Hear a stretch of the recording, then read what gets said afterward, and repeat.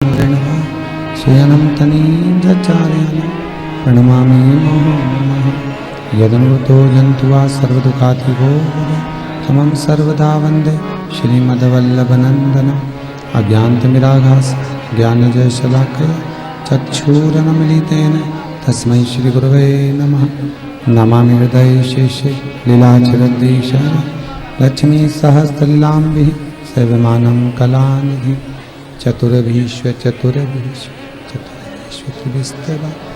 ध्यायते योऽसो पञ्चदा हृदय ममः। बोल विश्वनाथ भगवान की जय। ओम नमः शिवाय। ओम नमः शिवाय। ओम नमः शिवाय। ओम नमः शिवाय। ओम नमः शिवाय।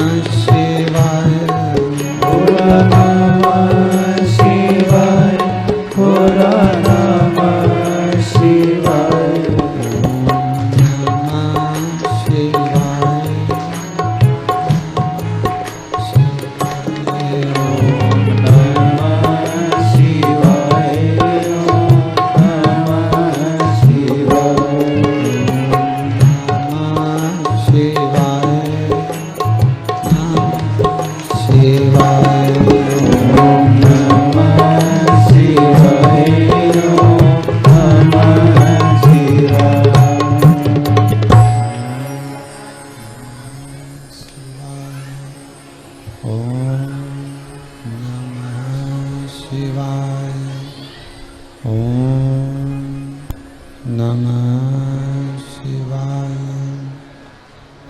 विश्वनाथ भगवान की जय। हर हर महादेव। हर हर महादेव।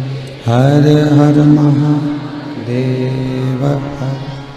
काशी विश्वनाथ ओगड़धानी त्रिकालदर्शी कैलाशी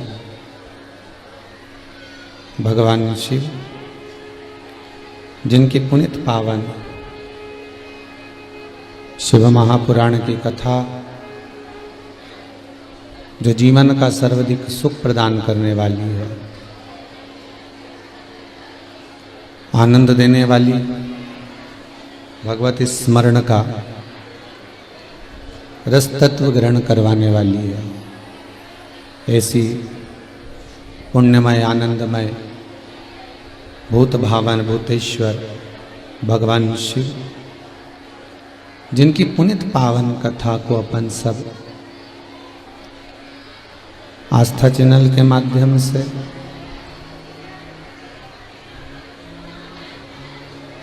ऑनलाइन शिव महापुराण की कथा को श्रवण कर रहे हैं। बाबा भूत भावन भूतेश्वर भगवान शिव, जो नित्य नूतन आनंद देने वाले हैं और जीवन का कल्याण करने वाले हैं।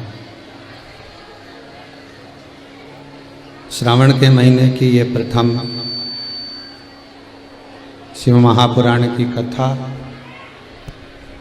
अपने 6 दिवस के विराम के बाद 7वें दिवस में प्रवेश कर रही है। और 7वां दिन सप्तम दिवस ये जीवन का एक ऐसा पहलू है जिसमें हम परमात्मा को पाने का प्रयास कर सकते हैं। पहले भी कथा में कहा, बचपन, जवानी, अधेड़ी और बुढ़ापा। बचपन गया जाने दो, जवानी गई जाने दो, और यदि अधेड़ी भी चली गई तो उसको भी जाने दो। पर शिव महापुराण की कथा कहती है कि बुढ़ापा बिगड़ने मत देना। अंतिम बिंदु है ये बुढ़ापा, आखिरी बिंदु है ये बुढ़ापा, ये वृद्ध अवस्था। और इस अवस्था के अंतर्गत अंतिम बिंदु में पहुंचने के बाद जब हम वापिस कहीं लोभ में, काम में, आसक्ति में, तृष्णा में, वासना में वापिस अगर डूबते हैं तो हमारा जीवन सार्थक नहीं होता। जीवन की सार्थकता उत्पन्न नहीं होती। बचपन खेल में खोया, जवानी नींद भर सोया, बुढ़ापा देख कर रोया, सिराने मौत हंसती है। अवस्था जैसे जैसे निकलती चली जाती है, जीव इंद्रियों से शिथिल होता चले जाता है। और जब इंद्रियों से शिथिल होता चले गया जीव, तो उसको ये महसूस होने लगता है कि अब हो सकता है कि मेरा जाने का समय हो जाए, मेरा विराम का समय हो जाए, मैं और थोड़ा सा कर जाऊं बच्चों के लिए, परिवार के लिए, कुटुंब के लिए, कुछ और अग्रण्य भाव में कर कर चले जाऊं।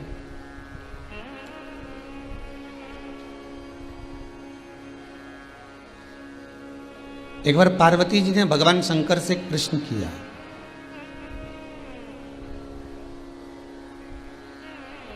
भगवान शिव से पार्वती जी एक प्रश्न करती हैं, थोड़ा डीले कम करो। पार्वती मैया भगवान शंकर से एक प्रश्न करती हैं कि प्रभु आप ये बताओ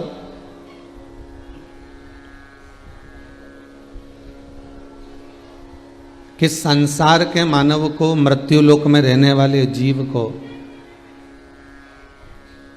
भगवान का भजन, भगवान का नाम जाप, भगवान का स्मरण, मंत्र जाप, नाम जाप कब करना चाहिए?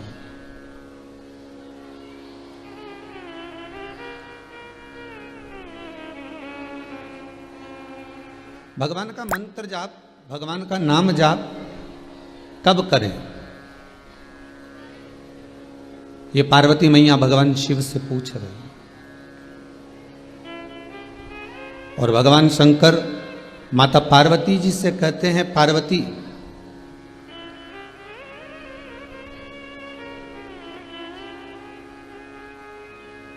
अगर संसार का मानव मंत्र जाप करना चाहता है, मेरा नाम लेना चाहता है, राम नाम, कृष्ण नाम, शिव नाम, भक्ति में डूबना चाहता है, भगवान के भजन में अगर डूबना चाहता है, तो उस मनुष्य को मृत्यु के कुछ समय पहले भगवान का नाम ले लेना चाहिए। अब बहुत ध्यान से सुनिएगा महाराज, डीले कम करिए, आवाज बढ़ाइए। मृत्यु के कुछ क्षण पहले, मृत्यु के कुछ समय पहले मंत्र जाप कर लेना चाहिए, नाम जाप कर लेना चाहिए। पार्वती जी ने पूछा, व्यक्ति को कैसे मालूम कि मरना कब है, प्राण कब छूटना है? व्यक्ति को मालूम कैसे कि प्राण कब छूटेंगे, मरेंगे कब, कब प्राण जाने वाले हैं, कब मृत्यु आने वाली है, उसको कैसे मालूम होगा? शिव कहते हैं, जब मनुष्य का जन्म होता है, माता के गर्भ से जब बच्चा जन्म लेता है, जन्म लेने के बाद में यह निश्चित हो जाता है कि इसके प्राण कौन सी तिथि को, कौन सी तारीख को, कौन से पल, कौन सी घड़ी, कौन से क्षण प्राण छूटेंगे। ये निश्चित है। कब प्राण जाना है, ये एक निश्चितता हो गई कि ये इतने बजे, इतनी तारीख को, इतने समय मरेगा, प्राण छूटेंगे। पर ये किसी को बताया नहीं जाता कि प्राण कब जाएंगे। अच्छा डॉक्टर भी हो, शास्त्री भी हो, कोई ज्योतिषी भी हो, तो नहीं बताएगा कि जब मरेगा कब।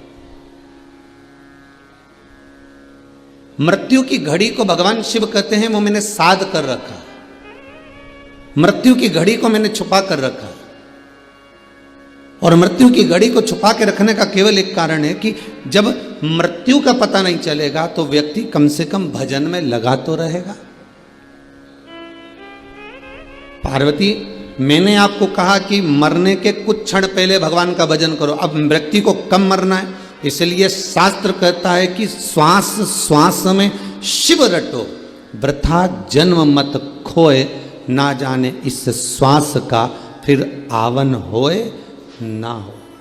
हर श्वास में जब शिव रटते रहोगे, हर श्वास में जब भगवान का भजन करते रहोगे, तब आप रूप जो सुख का अनुभव है, आप रूप जो आनंद का अनुभव है, वो प्राप्त हो जाएगा। आज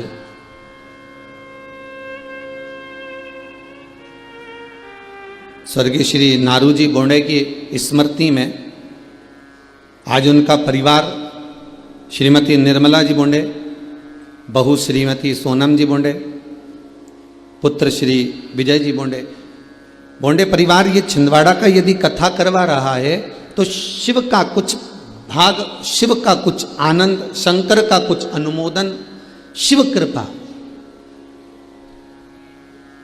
कुछ तो प्राप्त हुआ होगा।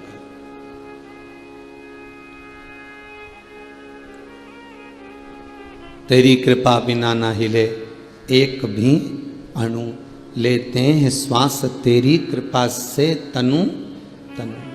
हे गंगधार मुक्ति द्वार ओमकार तो, आयो शरण तिहारी भोले तार तार तो। आज श्रावण का द्वितीय सोमवार है।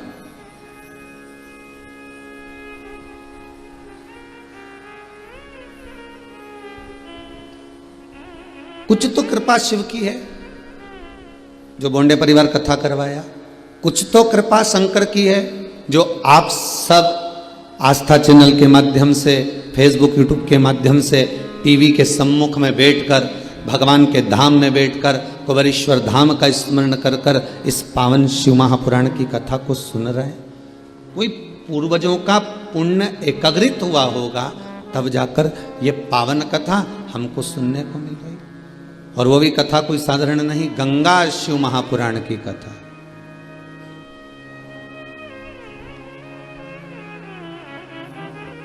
अभी तक गंगा केवल गौमुख से चलकर गंगा सागर तक थी, पर ये गंगा शिव महापुराण की कथा श्रवण कर कर गंगा हर घर घर में पहुंच गई है, केवल श्रवण कर कर।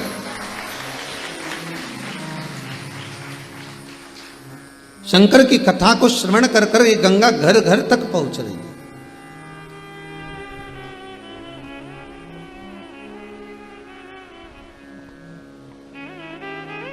तीन नदियां,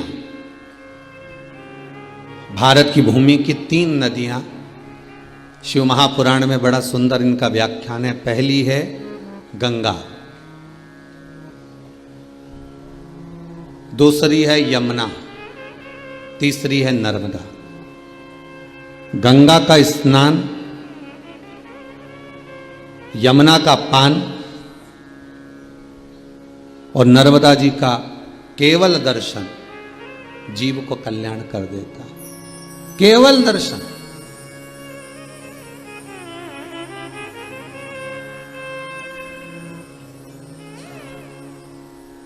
गंगा, यमुना, नर्मदा, इन तीनों का जो सुख है, गंगा नर्मदा यमुना का जो सुख है, गंगा नर्मदा यमुना का जो आनंद है, तो गंगा स्वतः स्नान करने वाले को तार रही है।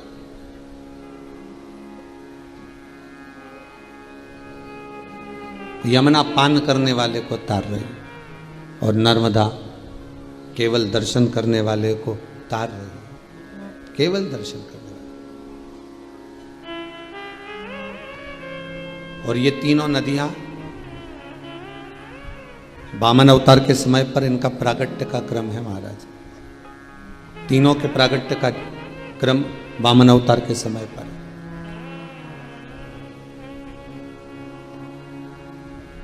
एक कथा श्री वामन पुराण की बड़ी सुंदर है। जिस समय पर भगवान नारायण छोटे से ब्राह्मण का रूप रखकर 84 अंगुष्ठ का शरीर धारण कर 84 अंगुष्ठ का शरीर,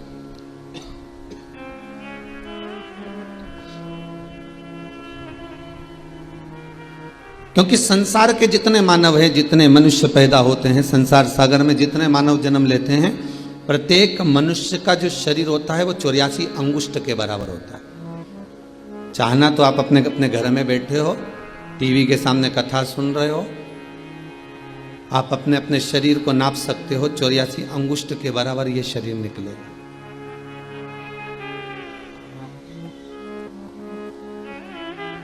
एक छोटा सा बच्चा जन्म लेता है, भले वो 4 महीने का हो, 6 महीने का हो, वो अपने अंगूठे से नापेगा तो उसका शरीर 84 अंगुष्ठ के बराबर निकलेगा। बच्चा बड़ा हो गया 10 साल का, वो अपने अंगुष्ठ से नापेगा तो 84 अंगुष्ठ के बराबर निकलेगा। और बड़ा हो गया, अवस्था 70 की भी